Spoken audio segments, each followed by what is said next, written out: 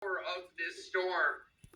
It's so strange because about an hour ago, maybe it was an hour and a half ago, I think a lot of people maybe who were staying at home looking out their windows had this sense of like, oh, things are kind of, it's not as bad as maybe some people had thought it was going to be. You know, it was downgraded from, it was a Cat 5 out there in the Gulf, then it was a Cat 3 when it came on shore. It may be a Cat 3, but that is a really, really strong storm. And you can feel the power of it out here right now. It's been, I don't know, 10 or so years since I've really done a lot of hurricane coverage. I've experienced whiteout conditions a couple of times in really the height of a storm. We're not there yet. We may not get there, but it is close to, at least in this area. There is so much rain and wind and water in the air. The sky almost looks white. It's a very eerie and strange thing. Carlos Suarez is in Fort Myers. I want to check in with him. He is south of me in Fort Myers, which was very badly hit. Obviously, in Hurricane Ian, 150 people were killed in that storm. Wow. It is, Carlos, what is it like where you are?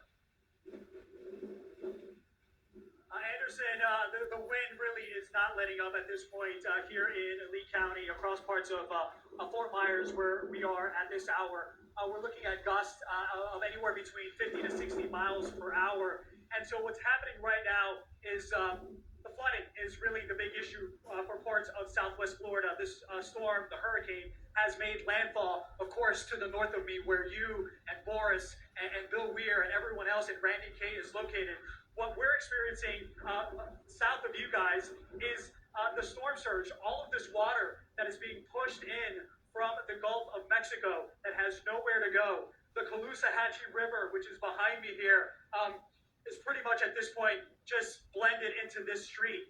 There's really no way to know exactly where the river kind of stands because the pier, the beach area over there, that's at this point all of the water is just coming through on this side.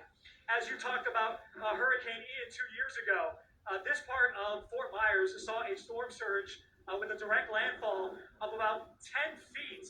Of course, we're not going to see those kind of numbers because the storm is already to the north of us, but the next couple of hours are really going to be difficult, and they're going to be telling because that storm surge could be anywhere between 8 to 9 to 10 feet.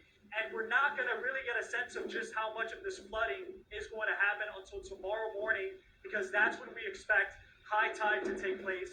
That's when we expect all of the flooding from parts of central Florida to make its way down the Caloosahatchee River where I'm at.